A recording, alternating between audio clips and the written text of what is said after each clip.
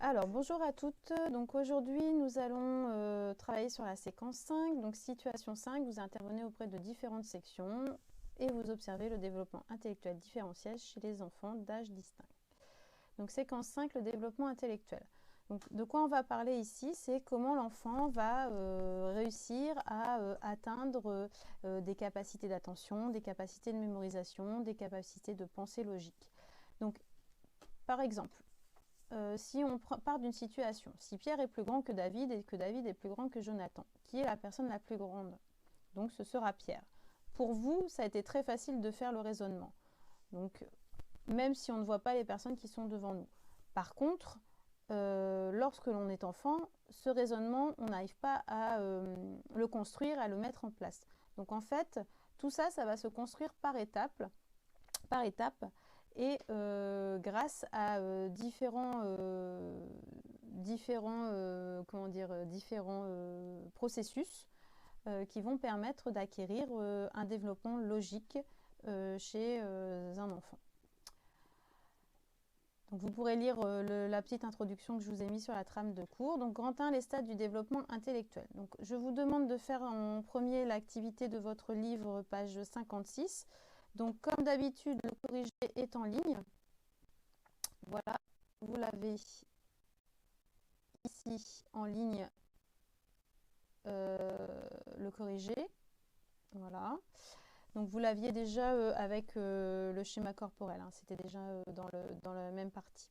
Donc voilà, on vous demande donc de reconnaître, de lire le document 4 et d'indiquer la signification des termes suivants: permanence de l'objet et intuition.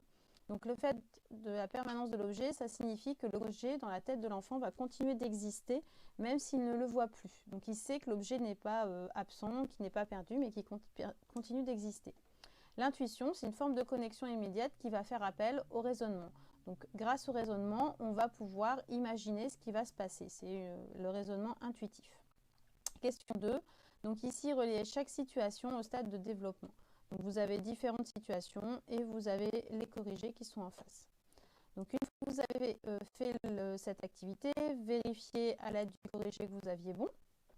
Vous passez à l'activité 2, donc les aspects du développement intellectuel, qui est dans votre fiche activité séquence 5, ici présentée. Voilà. Donc vous passez à cette activité où on vous demande de nommer les 2 étapes du développement intellectuel de la naissance à 7 ans et d'indiquer l'âge à partir duquel on parle d'intelligence pour l'enfant, les 4 stades repérés chez l'enfant de 2 à 5-6 ans. Le corrigé est en ligne sur la trame du cours, comme d'habitude. Donc voilà, le corrigé toujours dans la trame du cours. Ensuite, activité 3, l'âge de la pensée concrète puis de la pensée logique. Donc pareil, dans votre document activité, vous avez les documents qui sont présents. On pose 3 questions, expliquez les 2 expressions: 7 ans, l'âge de raison; de 6 à 7 ans à 12 ans, l'âge de la pensée concrète; indiquez l'âge auquel l'enfant pourra résoudre des problèmes de mathématiques expliqués; soulignez dans le texte les 3 points forts de l'enfant de 12 ans. Toujours la même chose, vous faites l'activité, vous vérifiez ensuite à l'aide de la trame de cours que vous avez bon. Voilà. Donc ici, les réponses sont indiquées. Ensuite, vous avez un petit travail supplémentaire à faire dans cette première partie à l'aide de la vidéo. Donc c'est cette vidéo-là, c'est Piaget Object Permanence Failure. Donc à l'aide de cette vidéo, vous faites ce petit travail d'activité qui est également présent dans votre document activité, où je vous demande à l'aide de la première vidéo de décrire ce que l'enfant, l'attitude de l'enfant face à l'adulte qui casse son jouet et l'âge approximatif de l'enfant. Donc le corrigé est en ligne.